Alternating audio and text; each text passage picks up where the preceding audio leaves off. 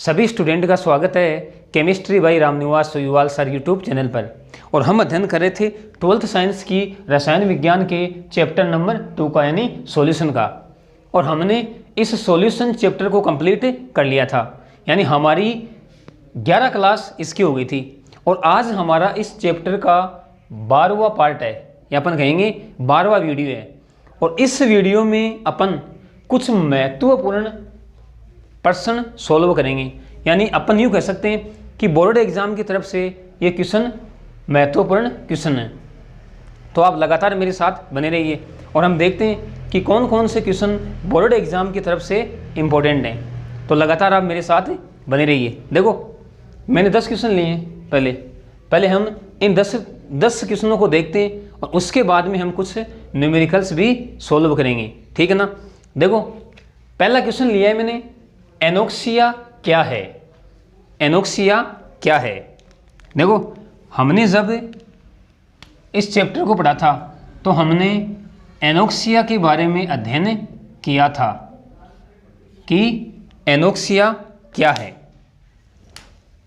Anoxia क्या है। देखो, एनोक्सिया क्या है। हम कह सकते हैं कि ऊंचे स्थानों पर या पहाड़ों पर रहने वाले व्यक्तियों में पाया जाने वाला एक रोग है, जिसे हम क्या कहते हैं, एनोक्सिया। क्या कहते हैं, एनोक्सिया। तो अपन क्या कहेंगे इसके बारे में कि यह एक रोग है जो ऊंचे स्थानों पर रहने वाले व्यक्तियों में पाया जाता है। क्यों? क्योंकि ऊंचे स्थानों पर वायुमंडलीय दाब का मान कम होता है, जिसकी वजह से वहाँ के व्यक्तियों के रक्त में O2 गैस की विलेयता कम हो जाती है, जिसकी वजह से उनके सोचने और समझने की जो क्षमता है वो कम हो जाती है, जिसे ही हम क्या कहते हैं, एनोक्सिया। तो इसका आंसर आप आराम से इजीली अपने शब्दों में लिख सकते हो, ठीक है ना। एनोक्सिया क्या है। लेते हैं दूसरा क्वेश्चन। क्या कवथनांक में उन्नयन समान होगा यदि 0.1 मोल NaCl अथवा 0.1 मोल चीनी को 1 लीटर जल में विलय किया जाए। देखो, 0.1 मोल NaCl है और 0.1 मोल चीनी है, जिसको हम 1 लीटर जल में घोल रहे हैं। पूछ क्या रहा है, हमसे ये पूछ रहा है कि यदि 0.1 मोल NaCl को 1 लीटर जल में घोलें और 0.1 मोल चीनी को 1 लीटर जल में घोले, क्या इनके कवथनांक में उन्नयन समान होगा। समान होगा या नहीं होगा। तो देखो, 0.1 मोल NaCl है, जब हम इसको 1 लीटर जल में घोलेंगे, 1 लीटर जल में 0.1 m NaCl है। हमें पता है NaCl का विलयन में क्या होता है, वियोजन होता है, और एक अणु से 2 कण प्राप्त होते हैं। तो इसका सीधा सा मतलब ये है कि NaCl के विलयन में कणों की संख्या कितनी हो जाएगी, 0.2 m। 0.2 m यानी कणों की संख्या बढ़ गई। क्यों? क्योंकि NaCl का विलयन में क्या होता है, वियोजन। NaCl के एक अणु से 2 कणों का निर्माण होता है, यानी ओवरऑल अपन कह सकते हैं कि NaCl के विलयन में कणों की जो संख्या है वो 0.2 m हो जाएगी, ठीक है। अब देखते हैं चीनी। देखो, 0.1 m चीनी है। हमें पता है चीनी का न तो वियोजन होता है और न ही संगुणन। इसका मतलब चीनी के विलयन में कणों की संख्या 0.1 m ही रहती है। और सीधा सा मतलब है कवथनांक में उन्नयन NaCl के विलयन में चीनी की अपेक्षा अधिक होता है। तो अपन क्या लिखेंगे, अपन कहेंगे कि नहीं, इनके विलयनों में कवथनांक में उन्नयन समान नहीं होगा। चीनी का जो विलयन है उसके कवथनांक में NaCl का जो विलयन है उसके कवथनांक में उन्नयन चीनी के विलयन की अपेक्षा अधिक होता है। कारण मैंने क्या बताया आपको कि NaCl का विलयन में क्या होता है, वियोजन। एक अणु से 2 कणों का निर्माण होता है तो कणों की संख्या 0.2 m हो जाती है, जबकि चीनी के विलयन में कणों की संख्या 0.1 m ही रहती है। तो अपन कह सकते हैं कि NaCl के विलयन में कवथनांक में उन्नयन चीनी के विलयन की अपेक्षा अधिक होता है। तो ये हमारा दूसरा क्वेश्चन का आंसर हुआ। अब लेते हैं हम तीसरे क्वेश्चन को। जब जल में 1 चम्मच, देखो समझना क्वेश्चन को आप, जब जल में 1 चम्मच शक्कर डाल दें, शक्कर का मतलब शर्करा, शक्कर डाल दें तो उसके वाष्प दाब पर क्या प्रभाव पड़ेगा। देखो अच्छा क्वेश्चन है, यानी ये हमसे पूछ रहा है कि जल में हम 1 चम्मच शक्कर की डाल दें, शक्कर की डाल दें तो उसके वाष्प दाब पर क्या प्रभाव पड़ेगा। देखो सीधा क्वेश्चन है, इंपॉर्टेंट क्वेश्चन भी है। जल में जब हम 1 चम्मच शक्कर डालेंगे तो जल का वाष्प दाब घटे जाता है, घटे जाता है। क्यों? क्योंकि जो शर्करा यानी शक्कर ये एक अवाष्पशील विलय है जो जल के वाष्प दाब में अवनमन कर देती है। तो अपन क्या कहेंगे कि जब जल में 1 चम्मच शक्कर डाल दें तो उसका वाष्प दाब कम हो जाता है। तो ये हमारा तीसरा क्वेश्चन हो गया। बात करते हैं चौथे क्वेश्चन की। देखो क्वेश्चन दिखने में बड़ा है लेकिन क्वेश्चन बहुत इंपॉर्टेंट है। क्वेश्चन क्या है, गहरे समुद्र में यदि गोताखोर सामान्य वायु के सिलेंडर से सांस लेते हैं तो उन्हें सतह पर आते समय अत्यधिक पीड़ा होती है जो कभी कभी घातक सिद्ध होती है। इस अवस्था को क्या कहते हैं तथा इस अवस्था से बचने का उपाय बताइए। देखो मैंने आपको जब टॉपिक पढ़ाया था वहाँ पर भी मैंने आपको इसके बारे में डिटेल से बताया था। यानी जब मैंने आपको हेनरी के नियम के अनुप्रयोग पढ़ाए थे वहाँ पर हमने इसकी चर्चा की थी। मैंने आपको ये बताया था कि गहरे समुद्र में गोताखोर सामान्य वायु के सिलेंडर से सांस लेते हैं तो जब वो गहराई में जाते हैं तब उन्हें उच्च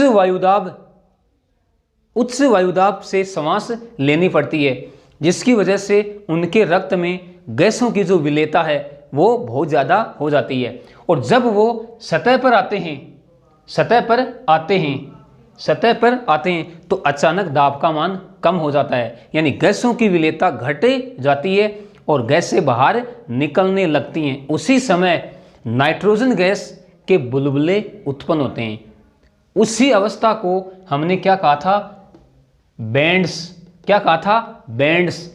तो इसका आंसर क्या रहेगा, बैंड्स। बैंड बोल दो या बैंड्स बोल दो, एक ही बात है। या तो आप बैंड कह सकते हो या आप इसे बैंड्स कह सकते हो। तो इसका आंसर क्या आया, बैंड्स। फिर क्या पूछ रहा है कि इस अवस्था से बचने का क्या उपाय है।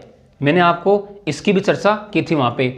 इस अवस्था से यानी अपन कह सकते हैं कि बैंड से बचने का उपाय ये है कि गोताखोरों के जो गैस सिलेंडर है उसमें हम हीलियम गैस मिला देते हैं।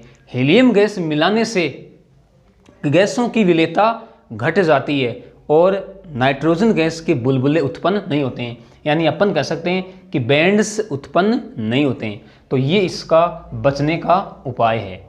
फिर देखो अगला क्वेश्चन 5 नंबर, अच्छा क्वेश्चन है ये भी। देखो जलीय जीव गर्म जल की अपेक्षा ठंडे जल में रहना अत्यधिक पसंद करते हैं, क्यों।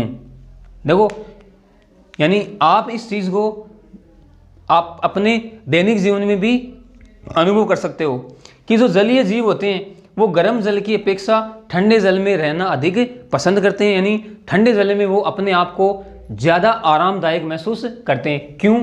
क्योंकि हमें पता है कि ठंडे जल में गर्म जल की अपेक्षा O2 गैस की विलेयता अधिक होती है और हमें पता है जलीय जीव जल में घुली हुई ऑक्सीजन गैस को श्वसन क्रिया में काम में लेते हैं। इसका मतलब ये हुआ कि ठंडे जल में O2 गैस की विलेयता अधिक होती है, जिसकी वजह से उन्हें श्वसन के लिए O2 गैस आसानी से प्राप्त हो जाती है। और यही कारण है कि जलीय जीव गर्म जल की अपेक्षा ठंडे जल में रहना ज़्यादा पसंद करते हैं, या अपन ऐसे कह सकते हैं कि गर्म जल की अपेक्षा ठंडे जल में वो अपने आप को ज़्यादा आरामदायक महसूस करते हैं। ठीक है, तो इसका कारण मैंने क्या बताया आपको, इसका कारण यही है कि गर्म जल की अपेक्षा ठंडे जल में ऑक्सीजन गैस की विलेयता अधिक होती है। ठीक है, अगला क्वेश्चन देखो 6 नंबर, प्रतिलोम परासरण को परिभाषित कीजिए। देखो क्वेश्चन नंबर 6 देखो आप, प्रतिलोम परासरण को, इसके बारे में भी हमने डिटेल से अध्ययन किया है जब हम परासरण दाब वाला टॉपिक पढ़ रहे थे। वहां पे प्रतिलोम परासरण, इसको व्युत्क्रम परासरण भी कहते हैं, यानी अपन ये कह सकते हैं कि परासरण की जस्ट विपरीत प्रक्रिया को हम क्या कहते हैं, प्रतिलोम परासरण। परिभाषित करना है आपको, यानी आपको परिभाषा इसकी लिखनी है, तो क्या लिखोगे आप, यदि विलयन पर परासरण दाब से अधिक दाब लगाया जाए तो विलायक के अणु अधिक सांद्रता वाले विलयन से अर्धपारगम्य झिल्ली के द्वारा निम्न सांद्रता वाले विलयन की तरफ गमन करने लगते हैं। इस प्रक्रिया को ही प्रतिलोम परासरण कहते हैं। और याद करो, मैंने आपको प्रतिलोम परासरण का जो उपयोग है वो भी मैंने आपको बताया था, यानी अपन कह सकते हैं कि प्रतिलोम परासरण का उपयोग समुद्र का जो जल है उसके विलवणीकरण में किया जाता है। तो आप अनुप्रयोग को भी ध्यान में रखोगे। अगला क्वेश्चन है हमारा 7 नंबर, क्या गर्मियों में कार के रेडिएटरों में एथिलीन ग्लाइकोल के प्रयोग की सलाह दी जाती है? नहीं, हम कहेंगे नहीं। गर्मियों में कार के रेडिएटरों में एथिलीन ग्लाइकोल के प्रयोग की सलाह नहीं दी जाती है, ये सलाह दी जाती है सर्दियों में। अपन कहेंगे कि सर्दियों में कार के रेडिएटरों में एथिलीन ग्लाइकोल के प्रयोग की सलाह दी जाती है। क्यों? क्योंकि सर्दियों में कार का जो रेडिएटर है उसमें जो जल डालते हैं वो जल सर्दियों के मौसम में जम सकता है, इसीलिए उसको जमने से रोकने के लिए उस जल में हम एथिलीन ग्लाइकोल डाल देते हैं, और एथिलीन ग्लाइकोल डालने पर विलयन बन गया, और अपन कह सकते हैं कि उस विलयन का हिमांक जल के हिमांक से कम हो जाता है। इसलिए सर्दियों में कार के रेडिएटरों में एथिलीन ग्लाइकोल के प्रयोग की सलाह दी जाती है। सीधा सा आंसर यही है कि जल को जमने से रोकने के लिए सर्दियों के मौसम में कार के रेडिएटरों में एथिलीन ग्लाइकोल के प्रयोग की सलाह दी जाती है, गर्मियों में ये सलाह नहीं दी जाती है। अच्छे से आप इसको ध्यान में रखोगे, कोई कंफ्यूज आपको नहीं होनी चाहिए। क्वेश्चन नंबर 8 है हमारा, विसरण और परासरण में क्या अंतर है? इसको भी हमने परासरण दाब वाला टॉपिक जब पढ़ा था वहाँ पर हमने डिटेल से इसका अध्ययन किया था। हमने पहले विसरण पढ़ा था, फिर परासरण पढ़ा था, और फिर दोनों में हमने तुलनात्मक अध्ययन किया था। आपको केवल यहाँ पर अंतर लिखना है। देखो, परासरण और विसरण में अगर हम अंतर की बात करें तो अपन क्या कह सकते हैं कि परासरण में केवल विलायक के अणु भाग लेते हैं, जबकि विसरण में विलय व विलायक दोनों के अणु भाग ले सकते हैं। फिर हम देख सकते हैं कि परासरण में अर्धपारगम्य झिल्ली का प्रयोग किया जाता है, लेकिन विसरण में अर्धपारगम्य झिल्ली का प्रयोग नहीं किया जाता है। अगला अंतर अपन कह सकते हैं कि परासरण की क्रिया निम्न सांद्रता से उच्च सांद्रता वाले विलयन की तरफ संपन्न होती है, लेकिन विसरण की प्रक्रिया उच्च सांद्रता वाले क्षेत्र से निम्न सांद्रता वाले क्षेत्र की तरफ संपन्न होती है। और एक अंतर अपन और लिख सकते हैं, क्या कि परासरण की क्रिया शुरू होने के बाद हम उसको बाह्य दाब लगाकर रोक सकते हैं, लेकिन विसरण की क्रिया को शुरू होने के बाद हम उसको रोक नहीं सकते। तो ये अंतर है, इन अंतर को भी आप ध्यान में रखोगे। आप आराम से विसरण और परासरण में अंतर लिख सकते हैं। क्वेश्चन नंबर 9 है हमारा कि 0.1 m विलयनों को उनके कवथनांक के बढ़ते क्रम में व्यवस्थित कीजिए। देखो, यहाँ पर सांद्रता समान है, 0.1 m है, और हमसे पूछ क्या रहा है कि कवथनांक के बढ़ते क्रम में व्यवस्थित कीजिए। देखो, इसको सोल्व करने के लिए मैं ऊपर वाले क्वेश्चनों को हटा रहा हूँ। देखते हैं कि किसका कवथनांक अधिक होगा और किसका कवथनांक कम होगा।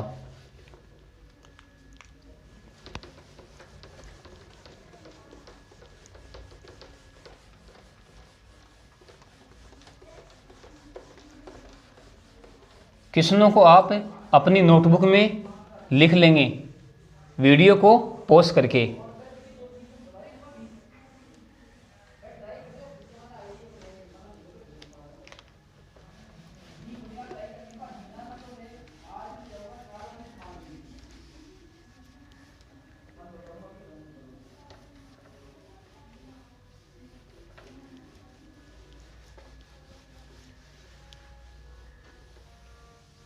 ध्यान से समझेंगे आप इस क्वेश्चन को। देखो ये क्वेश्चन बोर्ड एग्जाम की तरफ से इंपॉर्टेंट है और कई बार ये बोर्ड एग्जाम में पूछा भी जा चुका है, एज इट इज, ऐसा का ऐसा ही।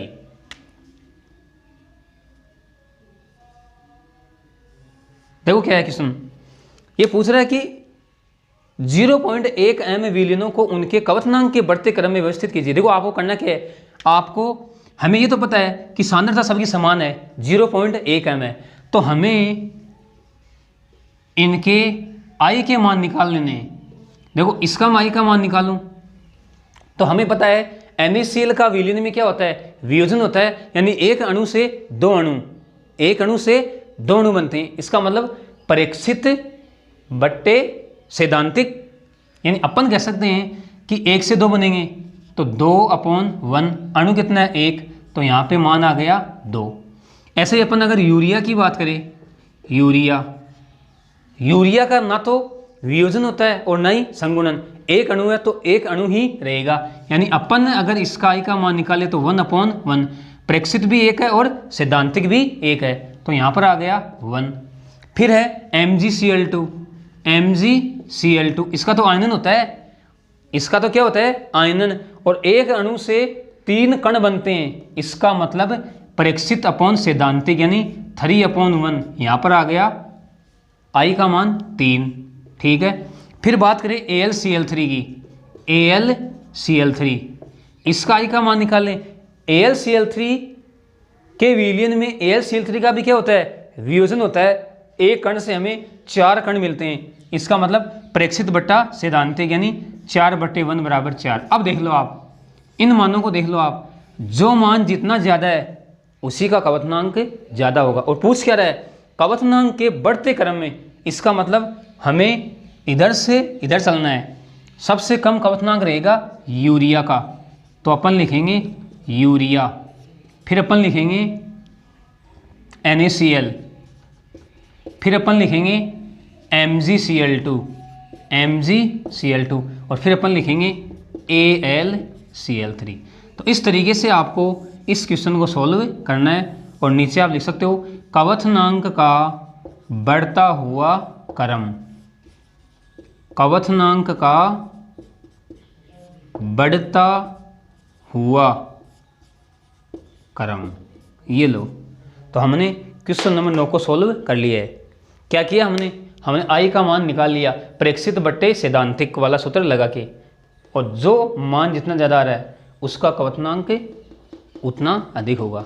तो ये क्रम आ गया यूरिया, NaCl, MgCl2 और AlCl3। अब देखो बात करते हैं नेक्स्ट क्वेश्चन की।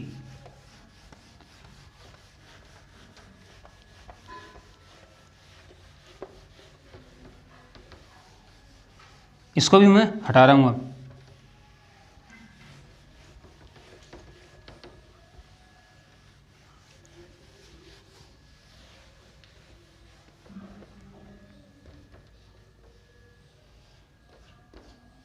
देखो आप 10 नंबर का क्वेश्चन, हमारा अंतिम क्वेश्चन। देखो, निम्न विलयनों को उनके कवथनांकों के बढ़ते हुए क्रम में व्यवस्थित कीजिए। और देखो यहाँ पर हर विलयन की सांद्रता हमें अलग अलग दी गई है। यूरिया की दी गई है 0.8 m, ग्लूकोज की दी गई है 0.6 m, और NaCl की दी गई है 0.5 m, और AlCl3 की दी गई है 0.7 m, और K4FeCN की होल 6 इसकी सांद्रता दी गई है 0.9 m। अब देखो सांद्रता अलग अलग है, इसका मतलब कणों की संख्या भी क्या रहेगी, अब अलग अलग रहेगी। यानी अब हमें यहाँ पर कणों की संख्या ज्ञात करनी है। बात सीधी सी है। देखो पहले मैं यूरिया की बात करूँ,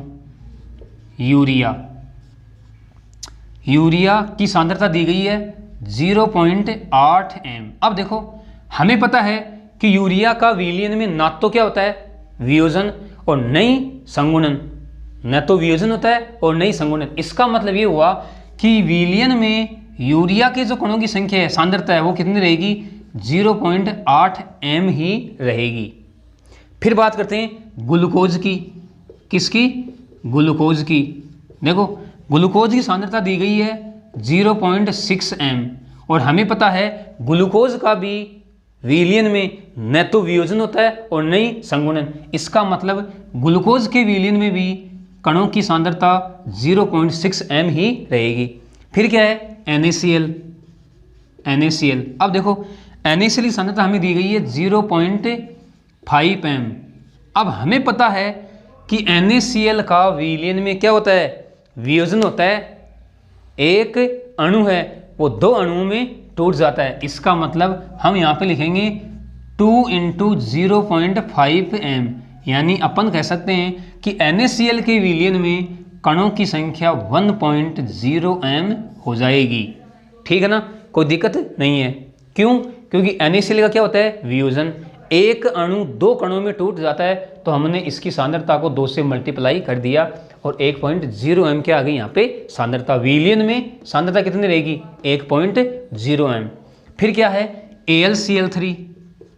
AlCl3 इसकी दी गई है सांद्रता 0.7 m। अब देखो अभी हमने देखा है कि AlCl3 का भी क्या होता है वियोजन, यानी विलयन में एक अणु से 4 कण प्राप्त होते हैं। इसका मतलब हमें 4 से मल्टीप्लाई करना होगा 0.7 m। ठीक है ना। अब देखो यहाँ पे हमें 2.8 m सांद्रता प्राप्त होगी विलयन में।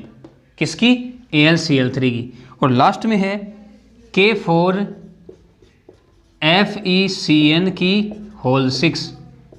देखो ये एक उपसहसंयोजक यौगिक है K4FeCN6, यानी इसका विलयन में क्या होगा वियोजन होगा और इससे हमें 5 कण प्राप्त होंगे। 5 कण, यानी 4 तो हमें मिलेंगे K+ और एक हमें मिलेगा FeCN की होल 6। ये लो, एक हमें ये मिल जाएगा। ठीक है ना। तो अपन कह सकते हैं कि एक तो ये और एक ये, यानी 5 कण मिलेंगे। इसका मतलब हमें इसकी सांद्रता को 5 से गुणा करना पड़ेगा, यानी 5 × 0.9 m, तो हमें मिल जाएगी यहाँ पे 4.5 m। अब देख लो भाई, अब जो कवथनांक है वो इनके अकॉर्डिंग हमें प्राप्त होंगे। जिसकी सांद्रता ज़्यादा है उसका कवथनांक ज़्यादा हो जाएगा। पूछा क्या है कवथनांकों के बढ़ते हुए क्रम में। तो देखो सबसे कम तो 0.6 m है, यानी सबसे कम ग्लूकोज, फिर 0.8 यूरिया, फिर 1.0 NaCl और फिर 2.8 m AlCl3 और लास्ट में K4FeCN की होल 6। इसका मतलब सबके लास्ट में हमारा क्या जाएगा K4FeCN की होल 6। ये लो, ये क्या आ गया, ये इनके कवथनांक का बढ़ता हुआ क्रम आ गया। अपन लिख सकते हैं कवथनांक का बढ़ता हुआ क्रम। देखो करना क्या है यहाँ पे आपको मैं आपको बता दूं, अगर सांद्रता समान दी गई हो तो हमें डायरेक्ट ही आई का मान निकाल के देख लेना है कि किसका मान ज़्यादा है। और अगर सांद्रता अलग अलग है तो फिर हमें विलयन में उनके कणों की संख्या भी ज्ञात करनी पड़ेगी। उसके अकॉर्डिंग फिर हमें कवथनांक का मान प्राप्त होगा। तो हमने ये 10 क्वेश्चन थे, इनको हमने सॉल्व कर लिया। अब देखो अब हम कुछ न्यूमेरिकल्स लेते हैं, कुछ न्यूमेरिकल्स। अब देखो हमने जो 11वां क्वेश्चन लिया है वो न्यूमेरिकल लिया है और ये न्यूमेरिकल अणुसंख्यक गुणधर्मों से संबंधित है। देखो क्या है न्यूमेरिकल, ध्यान से आप देखना। इसमें पूछ रहा है कि बेंजीन का कवथनांक 353.23 केल्विन है यदि अवाष्पशील विलय के 1.80 ग्राम को 90 ग्राम बेंजीन में घोला जाता है तो इसके विलयन का क्वथनांक 354.11 केल्विन हो जाता है। अवाष्पशील विलय का अणुभार ज्ञात कीजिए। अब देखो, यानी ये क्वेश्चन क्वथनांक में उन्नयन से संबंधित है और यहाँ पे हमें क्या दिया गया है, विलयन का क्वथनांक। तो सबसे पहले हम हल करें, देखो समझना मेरी इस बात को आप। सबसे पहले मैं लिखूं विलयन का क्वथनांक, और विलयन के क्वथनांक को हम लिखते हैं टीबी से। याद आ रहा ना, यानी टीबी का मान तो दिया हुआ कितना, 354.11 केल्विन है, ये हमें पता है। फिर देखो विलयन बेंजीन का क्वथनांक, ये रहा बेंजीन का क्वथनांक, यानी अपन कह सकते हैं कि ये शुद्ध विलायक का क्वथनांक है। तो अपन यहाँ पे लिख सकते हैं विलायक या शुद्ध विलायक, एक ही बात है, विलायक का क्वथनांक। और याद करो विलायक के क्वथनांक को हमने लिखा था टीबी नोट से। किसे लिखा था, टीबी नोट से। ये मान दिया गया है 353.23 केल्विन। ये लो, कोई दिक्कत नहीं है। अब देखो, क्या इन दोनों मानों से हम डेल टीबी का मान ज्ञात नहीं कर सकते? कर सकते हैं आसानी से। कैसे, डेल टीबी इक्वल टू, सूत्र क्या होगा, सूत्र होगा टीबी माइनस टीबी नोट। मान रख दो भाई, टीबी का मान तो ये रहा कितना, 354.11 माइनस टीबी नोट का मान ये रहा 353.23, और जब इसको हम घटाएंगे तो हमारे पास आएगा 0.88 केल्विन। यानी बात सीधी सी ये है कि हमारे पास डेल टीबी का मान आ गया। अब देखो और क्या दिया हुआ है, और हमें दिया गया है अवाष्पशील विलय के 1.80 ग्राम, यानी हमें WB का मान भी दिया गया है। WB का मान दे दिया, कितना दे दिया, 1.80 ग्राम। और क्या दिया गया है, 90 ग्राम बेंजीन। इसका मतलब हमें WA का मान भी दिया गया है। किसका मान, WA का मान कितना, 90 ग्राम। और देखो KB का मान दिया गया है, ये रहा KB, कितना है, 2.53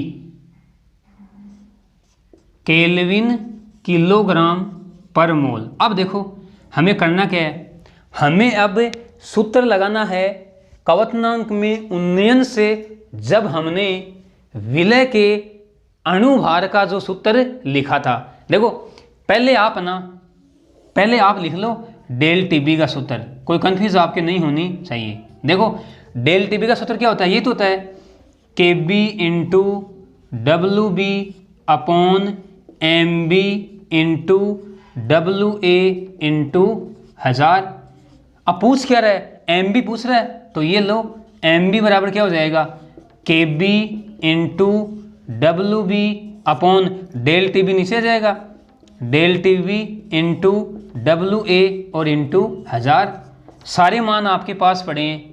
MB बराबर, देखो KB का मान तो वो रहा 2.53, फिर WB का मान वो रहा 1.80, फिर डेल टीबी का मान हमने ज्ञात कर लिया, ये रहा डेल टीबी का मान, ये रहा 0.88। तो ये लो 0.88। अब देखो 1000 है ना, तो 1000 यहाँ लिख दो आप, ये लो, फिर डेल टीबी का मान 0.88, फिर इंटू WA, वो रहा WA 90 ग्राम। तो ये लो 90 ग्राम। सरल आप कर लेना, गणना आप कर लेना, यानी इसका जो अणुभार है वो आएगा 57 ग्राम। कैलकुलेशन आप अपने हिसाब से कर लेना। बस ध्यान में क्या रखना आपको कि क्वेश्चन में क्या तो दिया गया है और क्या हमें पूछ रहा है। बात सीधी सी है, अगर आपको सूत्र याद है तो आपको कोई दिक्कत नहीं आएगी। देखो इस सूत्र को आप ध्यान में रखो, इस सूत्र को आप ध्यान में रखोगे तो इससे आप ये सूत्र अपने आप लिख सकते हो। मान दिए गए, मान आपको रखने और गणना आपको करनी है। तो ये हमारा 11वां जो न्यूमेरिकल था, मोस्ट इंपॉर्टेंट न्यूमेरिकल है, अणुसंख्यक गुणधर्मों से संबंधित है। अब लेते हैं हम अगला न्यूमेरिकल। अब देखो जो हमारा 12वां क्वेश्चन है ये हमने लिया है वाष्प दाब में आपेक्षिक अवनमन से। देखते हैं कि इसको हम सॉल्व कैसे करेंगे। देखो क्या कह रहा है क्वेश्चन, क्वेश्चन कह रहा है कि शुद्ध बेंजीन का वाष्प दाब 0.850 बार है। 0.5 ग्राम अवाष्पशील विलय ठोस को 39 ग्राम बेंजीन में घोला गया है। प्राप्त विलयन का वाष्प दाब 0.845 बार है। विलय ठोस का मोलर द्रव्यमान बोल दो या अणु भार बोल दो, ज्ञात कीजिए। और हमें क्या दिया गया है, नीचे बेंजीन का मोलर द्रव्यमान भी दिया गया है। अब देखो सबसे पहले ना आप सूत्र लिख लो, किसका, वाष्प दाब में आपेक्षिक अवनमन का। सूत्र क्या होता है, सूत्र आपको पता है, del P upon P naught A equal to W B बट्टे एम बी इंटू एम ए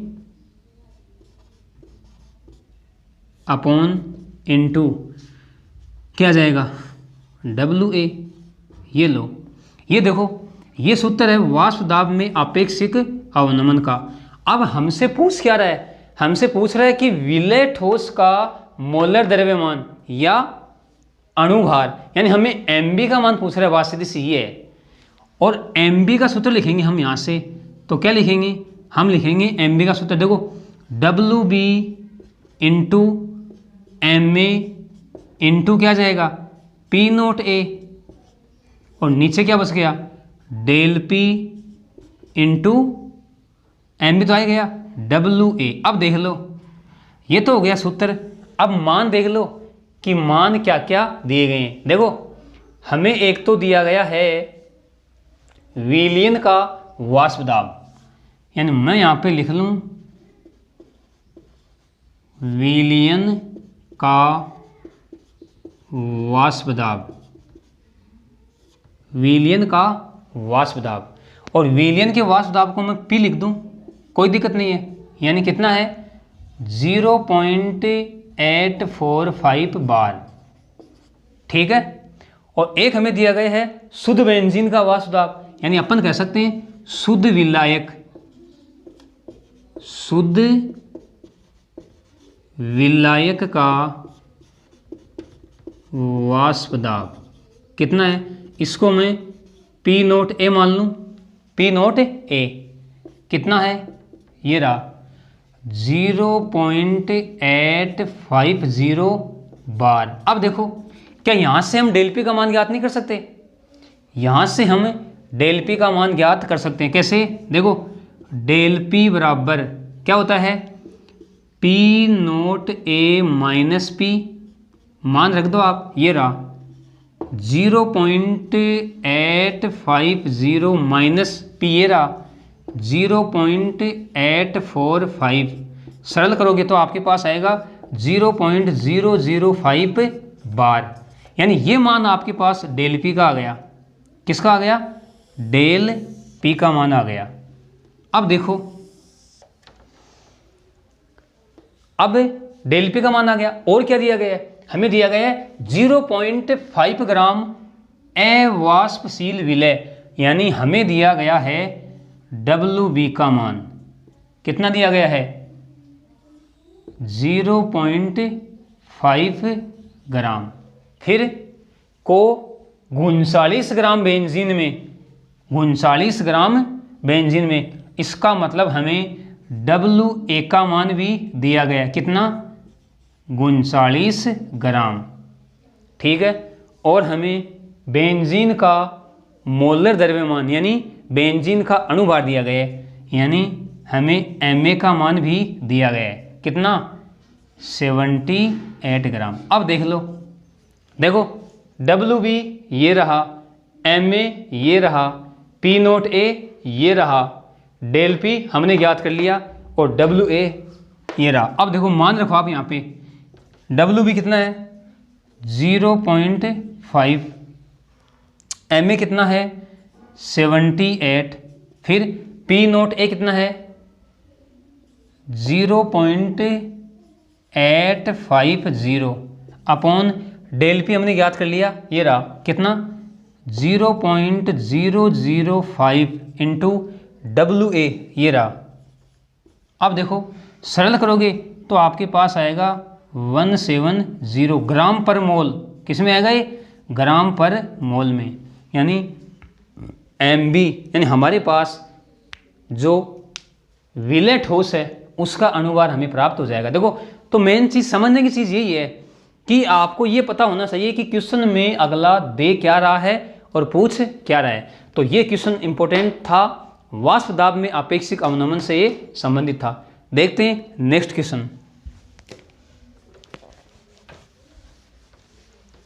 देखो अगला जो हमारा न्यूमेरिकल है ये है प्रासरण दाब से संबंधित, यानी हमारा क्वेश्चन नंबर 13। देखो क्या पूछ रहा है इसमें पूछ रहा है शर्करा के विलयन की सांद्रता ज्ञात कीजिए जिसके लिए प्रासरण दाब 2.46 एटमॉस्फेयर है तथा तापमान 300 केल्विन है।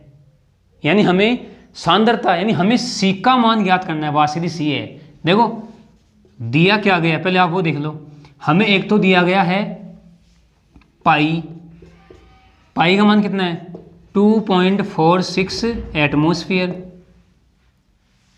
पाई का मान दिया गया है 2.46 एटमॉस्फेयर। एक हमें दिया गया है टी कितना दिया गया है टी दिया गया है 300 केल्विन और एक हमें एस का मान दिया गया है 0.0, ये तो हमें पता है ही, ठीक है। अब देखो सूत्र क्या होता है, सूत्र होता है पाई बराबर सी एस टी। अब हमें तो सी का मान पूछ रहा है तो सी बराबर क्या हो जाएगा pi upon S into T. मान रख लो अब इसमें क्या दिक्कत है। पाई का मान देखो 2.46 और एस का जो मान है वो है 0.0821 और फिर टी का मान है 300। अब देखो आप जब इसकी गणना करोगे तो आंसर आएगा आपके पास 0.099। अब देखो सांद्रता है, इसका मतलब मोल पर लीटर, मोल पर लीटर। ये लो, यानी एकदम इजी सवाल है। आपको पाई का मान दे रखा है, टी का मान दे रखा है, एस का मान दे रखा है। सूत्र क्या होता है पाई बराबर सी एस टी। तो इससे हम सी का सूत्र बनाएंगे तो पाई बराबर क्या हो जाएगा सी बराबर क्या हो जाएगा pi upon C S T. मान रखो और गणना कर लेना। गणना आप अपने हिसाब से कर सकते हो। मोल पर लीटर ध्यान में रखोगे, सांद्रता है इसका मतलब मोल पर लीटर आएगा। लेते हैं अगला न्यूमेरिकल। देखो हमारा जो नेक्स्ट 14 नंबर का सवाल है ये देखो आप, ये भी अच्छा सवाल है। पूछ क्या रहा है मोलल उन्नयन स्थिरांक की गणना कीजिए। विलयन की सांद्रता 0.1 मोलल है और यह 100.52 डिग्री सेंटीग्रेड पर उबलता है। देखो बात सीधी सी है, मोलल उन्नयन स्थिरांक यानी ये हमें केबी का मान पूछ रहा है और दे क्या रखा है विलयन की सांद्रता 0.1 मोलल, यानी मोललता का मान है। बात सीधी सी है, ये मोललता का मान है और हमें विलयन का क्या दिया गया है कवथनांक। अब देखो यानी हम इसको जब हल करेंगे ना तो सबसे पहले हमें जो डेल टीबी है उसका मान ज्ञात करना पड़ेगा। देखो अब हमें ये नहीं पता है कि यहाँ पे विलयन तो दिया है लेकिन विलयन किस में यानी विलायक का हमें पता नहीं है। तो जहाँ पर विलायक नहीं दिया गया होता है वहाँ पर हम जल को विलायक मानते हैं। तो हम लिखेंगे यहाँ जल विलायक है, यहाँ जल विलायक है। अब देखो हमें पता है जल तो 100 डिग्री सेंटीग्रेड ताप पर उबलता है तो हम यहाँ पे लिख सकते हैं अतः विलायक का क्वथनांक, विलायक का क्वथनांक, यानी इसको मैं लिख दूं TB नोट, कितना है 100 डिग्री सेंटीग्रेड। क्यों? क्योंकि यहाँ पे जल विलायक है और हमें पता है जल का क्वथनांक 100 डिग्री सेंटीग्रेड होता है। अब देखो, अब कोई दिक्कत नहीं आएगी। अब हम लिखेंगे विलयन का क्वथनांक, विलयन का क्वथनांक, और विलयन के क्वथनांक को मैं TB मान लूँ, और ये रहा कितना 100.52 डिग्री सेंटीग्रेड। अब देखो, अब कोई दिक्कत नहीं है। अब आप डेल TB का मान निकाल लो यहाँ से। डेल TB बराबर क्या हो जाएगा, TB माइनस TB नोट, मान रख दो।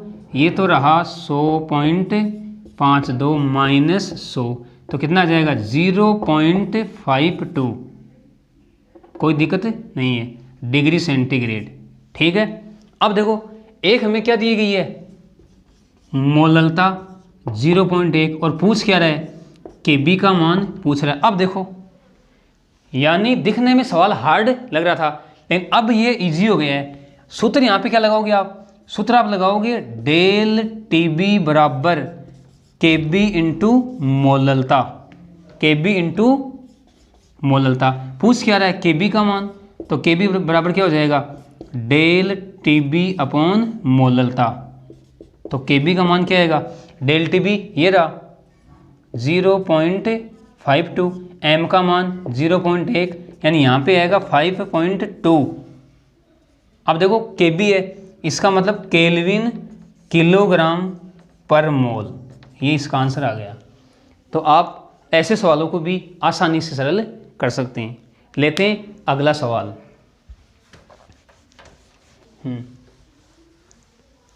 देखो, हमारा नेक्स्ट क्वेश्चन यानी 15 नंबर का सवाल ये भी अच्छा है।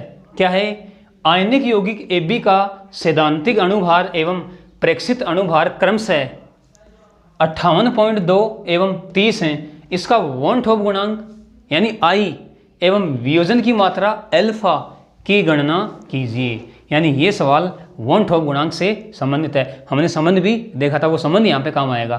तो देखो, पहले हमें I का मान ज्ञात करना पड़ेगा।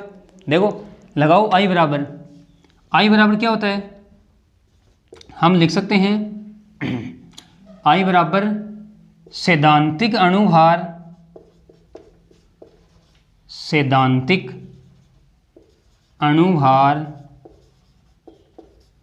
बट्टे प्रेक्षित अणुभार।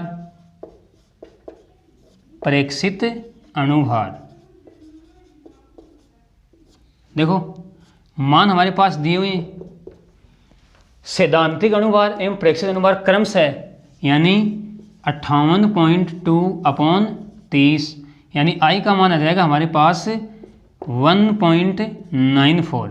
अब देखो, I का मान आ गया। अब हमें N का मान भी ज्ञात करना पड़ेगा। हमें पता है कि आयनिक यौगिक AB है, आयनिक यौगिक है तो वियोजन तो होगा ही, आयनन होगा, टूट जाएगा किसमें, A plus plus B minus, यानी यहाँ पर N का मान 2 आ गया।